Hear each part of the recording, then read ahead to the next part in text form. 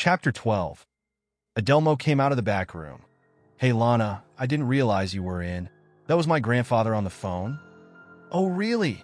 I am so glad you were finally able to get a hold of him. Did you get any new information about everything you were trying to figure out? Adelmo glanced at the clock and was shocked it was almost lunchtime, having no idea he was on the phone that long. Yes. As a matter of fact, I was able to find out some new information, but since it's almost lunchtime, let's have lunch together and discuss it. What do you say?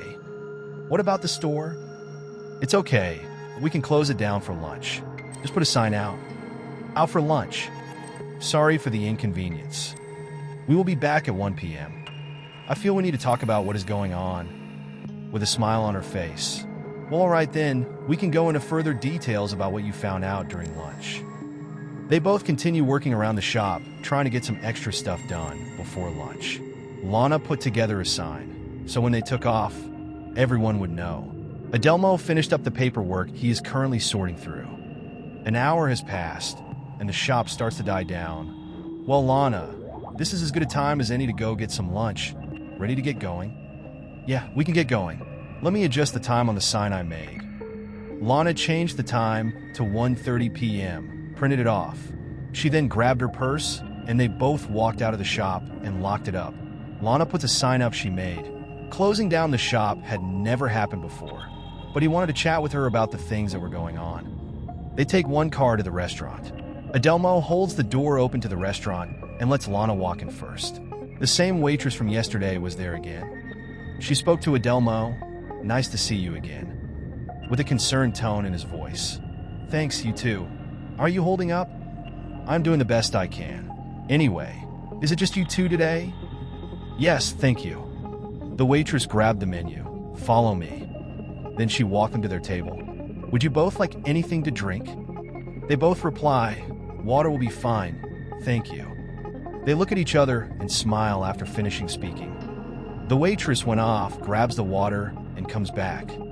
They both said thank you. As Adelmo grabbed for his water, he slightly brushed the waitress's hand and fell into a brief trance. He sees a guy being drugged off by a pack of werewolves. Then he suddenly snaps out of the trance. Adelmo had a look on his face like he had seen a ghost. The waitress saw the look on his face. Is everything okay? How would I explain that? He thought to himself. Yeah, everything is fine. Lying about what he just saw. Okay, do you both know what you wanted?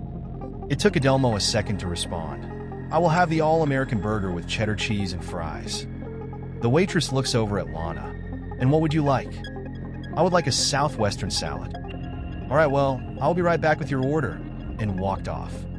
Adelmo, are you all right? Yes and no. What do you mean? I just fell into one of my trances, but I think I know what happened to her boyfriend. What? What do you mean?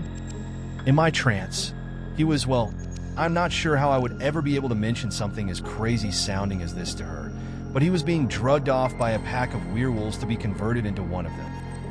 Are you sure it was him? Has your vision ever been wrong? Well, since I started having them, they haven't, but I guess anything is possible. My grandfather was telling me that there is a large disturbance over in Germany, more than everyone realized.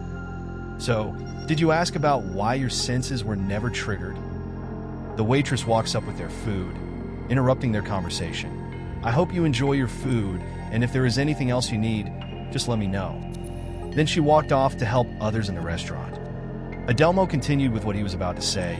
Yes, it has to do with what we saw at the theater last night. That is really going to happen, and soon. This has happened before, and with knowing this, we know that this happens so quickly that it won't allow our senses to warn us about what is about to happen.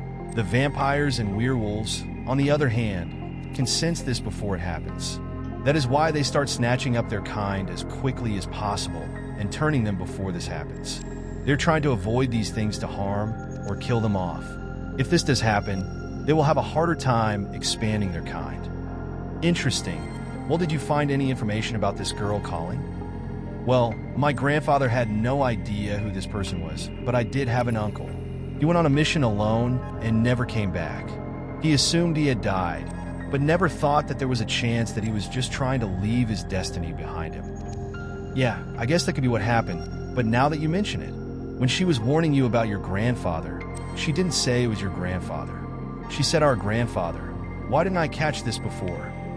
Before they knew it, the food was finished, the time had passed, and they figured they should probably get back to the store. Lana, I know we didn't get a chance to finish our conversation, but how about you come over to my place after work and we can talk some more? Lana's face brightens up. Yes, I would love to. They get up from the table, walk over to the register to pay the check, and head back to the shop to finish off their day.